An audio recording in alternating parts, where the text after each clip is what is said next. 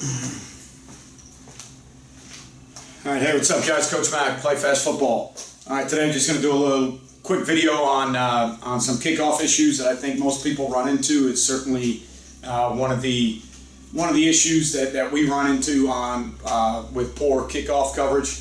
Again, like all the videos I do, this is just my opinion. I'm going to give you my opinion on why we struggle on kickoff coverage, and then why I see other high school teams especially struggle in kickoff coverage. Make sure you check out some of our partners, Dome Hats, headwear company that we use with Play Fast Football and the current high school that I'm at. If you like custom quality hats, make sure you check out Dome Hats. Baker Sporting Goods, who provides us with our coaches gear, fan gear, players gear, coaches shirts like this. Our uniforms are distributed through Baker Sports, so make sure you check them out. JustPlayFB, digital software taking your program to the next level. A lot of unique features like quizzes on game plans and playbooks that you can test your players for their knowledge or their understanding of what's going on in your playbook or the game plan. So make sure you check out Just Play. Game Strat sideline replay system we use. We switched to it about 4 years ago. It's been absolutely awesome for us. Customer service is great. Make sure you check them out. DifferenceUSA, the ultimate striking machine. If you want to work on elbows in, thumbs up, in season, off season, in your weight room, out on the field, make sure you check out DifferenceUSA. HighandTight ball security training aid. Helps your players understand where the ball should be in the proper position, wrist above elbow. All right, held up high, tight, proper points of pressure in order to hear the beep. You don't hear the beep, you are doing it incorrectly, so you have instant auditory feedback. And then StandPerfect, which is a training aid we use to develop consistent, repeatable, reliable stances, especially with our younger players. You get a ton more reps because you eliminate buzzwords. You don't have to move feet around or tell them 6 inches, 4 inches, heel toe, stagger. You put the StandPerfects on the ground. They put their feet in. If you have a set of 5 of them and you got 5 offensive linemen, or let's say a set of 4 and you got 4 offensive linemen, and you're working on right foot stance, right side stances, so you got your right foot back, heel toe, whatever you want the relationship to be. You put them on the ground. Linemen get in them. Once they're in them, you don't have to worry about moving their feet, telling them where to go. You've already got them on the ground. Perfect for baseball, softball, golf, football. Plenty of other uses you can come up with as well, so make sure you check out StandPerfect. All right, so kickoff coverage is always going to be something in high school that can be extremely tough at times. Number one, sometimes, unless you really do a good job of teaching your kids 3 phases of football and getting them to understand how important playing special teams is, and trying to sell them on the fact that when you watch some of the best programs in the country, when you watch the top 5, 10 football teams in the country, when you watch the best NFL teams, some of their best players, even their skill players, Heisman Trophy winners, statistical category leaders in rushing or receiving, guys are on special teams. Their best players a lot of the times are on special teams, and a lot of guys make their name on special teams because it's extremely important. Well, sometimes in high school, kids don't understand the importance of special teams, and sometimes they don't think that it's the play that's going to get them a scholarship or the big huddle highlight or something that they can put out on Twitter all the time. So they don't understand the importance of 3 phases of football, and they don't understand the importance of field position, and they don't think kickoff is very important. And if they're on it, they take it sometimes as a playoff, which as a coach you've got to get those guys off the field, obviously. Or they don't take the time and put any effort, if you are teaching it properly, to understand it's just like playing a position. It has techniques, it has fundamentals, it has certain things you need to do to be successful, and you need to apply those things just like you would apply them to your craft of playing receiver, running back, defensive end, linebacker, safety, corner. It's all the same mindset. You have techniques, you have fundamentals. You have to apply those to your craft to be a great kickoff coverage guy. So what I'm going to do is I'm going to talk to you a little bit about why we struggle a little bit on kickoff, and what I think 3 of the deadly sins on kickoff are. And it shows up so much more in high school because a lot of teams don't have the ability to kick the ball consistently in the end zone, or at least inside the 5. All right, so what ends up happening is when you're only kicking the ball to the 10 or the 15, now those 15, 20, 25-yard returns end up coming out to the 40 or the 45. If you could kick the ball inside the 5 successfully, those same 20, 25-yard returns will yield field position that's only at the 25 or the 30. So for me, what ends up happening is when you don't have a kicker that can kick touchbacks or kick the ball consistently inside the 5, and you're having to work on positional kicks or sky kicks, what ends up happening is you notice the yards given up so much, they become so much more prevalent, and you notice them so much quicker because that 20-yard return ends up with the ball at the 45. And now all of a sudden with the ball sitting on the 45, when you do your statistical research, you find out that the other team scores points at a higher rate when they start with the ball on the 45. They score touchdowns at a higher rate, and they kick field goals at a higher rate when the ball starts at the 45 as opposed to the ball starting at the 30. So if you kick a sky kick to the 20-yard line and you gave up a 25-yard return, the ball starts at the 45. If you kick the ball to the 2-yard line and you gave up a 25-yard return, the ball starts at the 27. That's 18 yards of field position that is going to show up in however you do your breakdowns or however you analyze data. That's going to show up so much quicker because the points that the other team is scoring are going to be so much higher of a percentage per each drive when they start with the ball at the 45 as opposed to the 27. So in high school, where you see probably less touchbacks, less balls that can be kicked consistently inside the 5-yard line, now all of a sudden those 20 to 25-yard returns really show up in a bigger, more dangerous capacity to the defense or to your football program because they're going to yield a lot more points because of the average starting field position. So even when you are sky kicking, unless you have a kid that can absolutely kick moon balls that have to be fair caught, even when you are positional kicking, sky kicking, maybe squib kicking down the middle, there are certain fundamentals in kickoff coverage that are always going to show up. All right, so the first one for me that I look at all the time is when you have guys that don't sell out and sprint and you are bad through the speed zone. So that speed zone is that first 20 yards of kickoff coverage.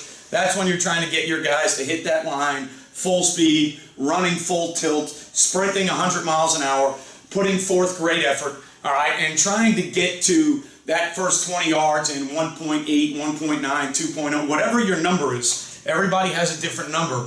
But if you're working on get-offs in speed zone, what you're trying to do is you're trying to get kids to understand how to cover that first 20 yards in X amount of seconds. Whether you do that on air with your kids on get-offs, trying to make sure that they're all taking the line, owning the line, they're onside, but they're hitting it full stride, and that first 20 yards, somebody is timing it, and you have a coach that's timing the speed zone, and you're making the speed zone a priority to make sure, A, kids are given great effort, and B, that they understand that that first 20 yards that they cover is going to help them get closer to the returner sooner so that they can be better in kickoff coverage, right? So that is effort sometimes.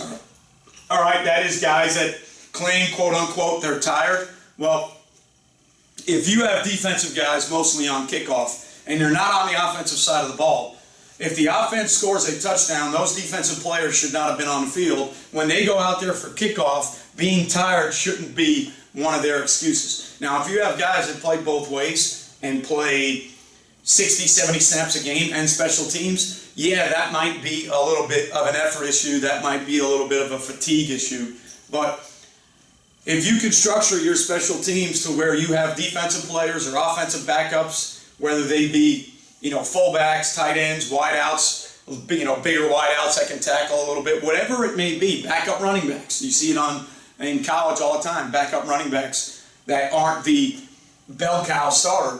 They get reps at running back, but they're not the guy at running back, and they're running down the field making tackles. So if you can avoid offensive starters that play a lot of offensive reps on kickoff, guys shouldn't be tired. So the sprinting bad through the speed zone becomes an effort deal. It becomes you don't want to cover kicks. You don't want to help your team win. You don't think this is important. And now you can either replace those guys or put the onus on them every day that you do kickoff with a clock and with a watch. You put the onus on them to do their job effectively.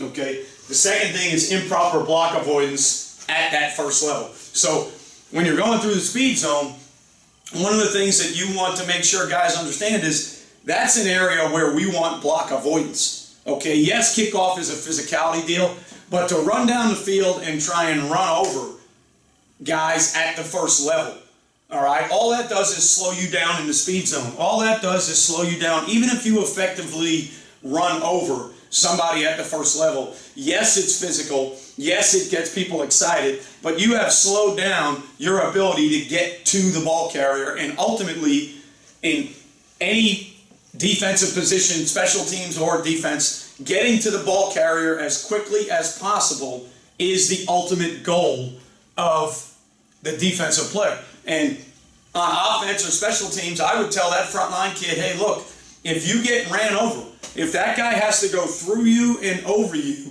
that is more effective than that guy running around or by you without you physically getting a hand on him. So I would even accept on offense or kick return, if it was offense and it was pass pro and you had a center or somebody set a gap and they got ran over, I would accept that more than I would somebody that just opens the gate and lets a guy run by, because the run over part will happen slower and it'll take more time. So what guys on kickoff have to understand is that first level, when you're running down, you'd like to avoid that first level and you'd like to be running full speed.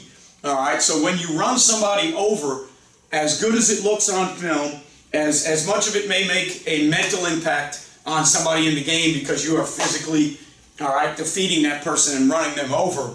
As far as your job on kickoff, it's not helping you because it's slowing you down. No matter how fast you run over that guy, all right, you'll never be as fast as if you avoided full speed at that first level. Now, the biggest thing with that is the ability to understand, to know where to avoid. Okay, because most kick return teams, when those first level blockers drop, they all drop with leverage and on some type of angle because they're trying to block you one direction or the other. And when they're trying to block you in a certain direction, it's because the return is set up to go in the other direction. So what I find a lot of the times with our kickoff coverage is we have guys that run down the field, and on that first level, when they are looking to avoid in the speed zone, they end up avoiding chest side. Okay, so anytime a guy in a return team opens and shows you his chest, he probably is trying to block you in the direction of his chest with that leverage because the return is going the other way. So when you go to avoid, all right, and another thing that is very critical is guys avoid too wide. They don't know how to avoid.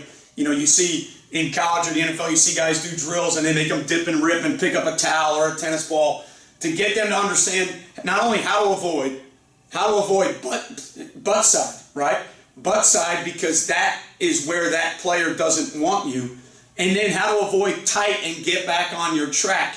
So whether you have to do drills or you avoid butt side, grab a towel, dip and rip, grab a tennis ball, whatever you have to do to get them to understand how to avoid butt side, all right, and how to stay tight and on track while running at full speed. Those are always going to be the things in kickoff coverage that are going to help you running at full speed, avoiding that first level, avoiding butt side, all right, or avoiding to the side that the return is most likely to go based on the leverage of the blocker in front of you, okay? Those are all things that are going to get you down the field faster and in a better position to make tackles. All right, and then the last thing that I see all the time is guys not understanding 8 or less, all right, 8 or less button press, okay, don't run by ball carriers. So now after we talk about avoiding that first level and the speed zone and how fast we need to get down the field, the next thing you need to understand is when that returner catches the ball, they're going to start progressing forward and they're going to start getting closer to where you are.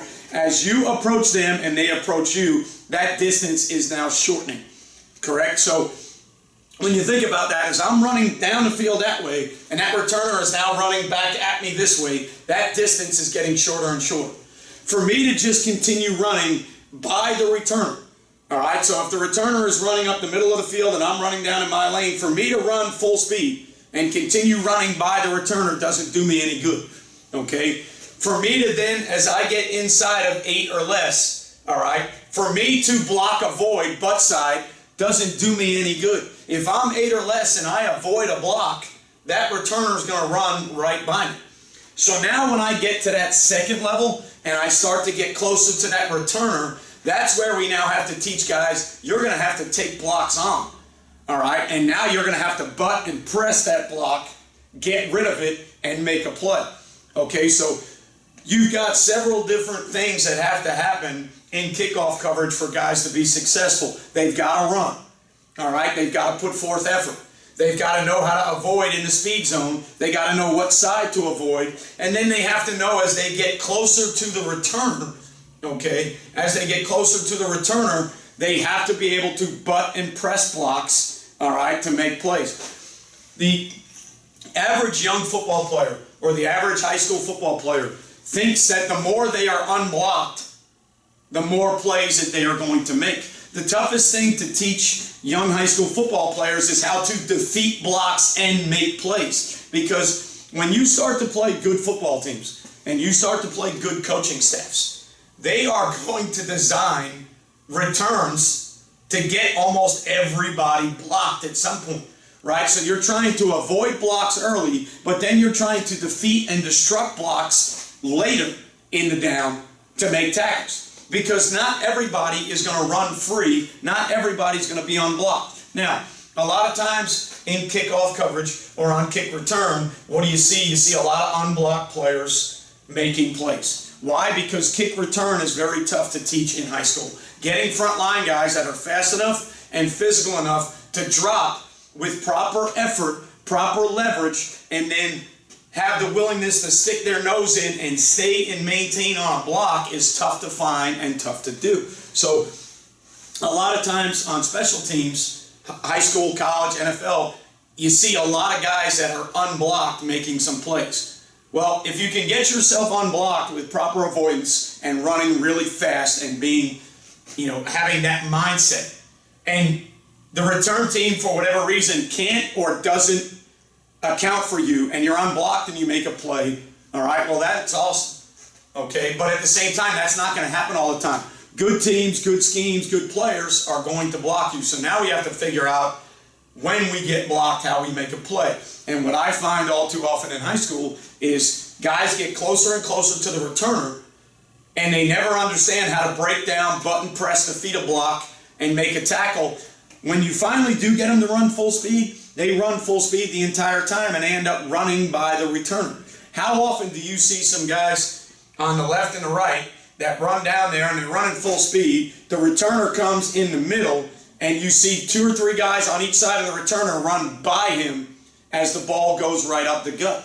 And that's because they don't understand, as that returner's coming to us and we're coming to them, that distance is decreasing. Now we got to start to break down, throttle down, button press, take on blocks, get rid of blocks, and make plays. Okay, so for me, those are 3 of what I would call the deadly sins when you put them together on kickoff coverage.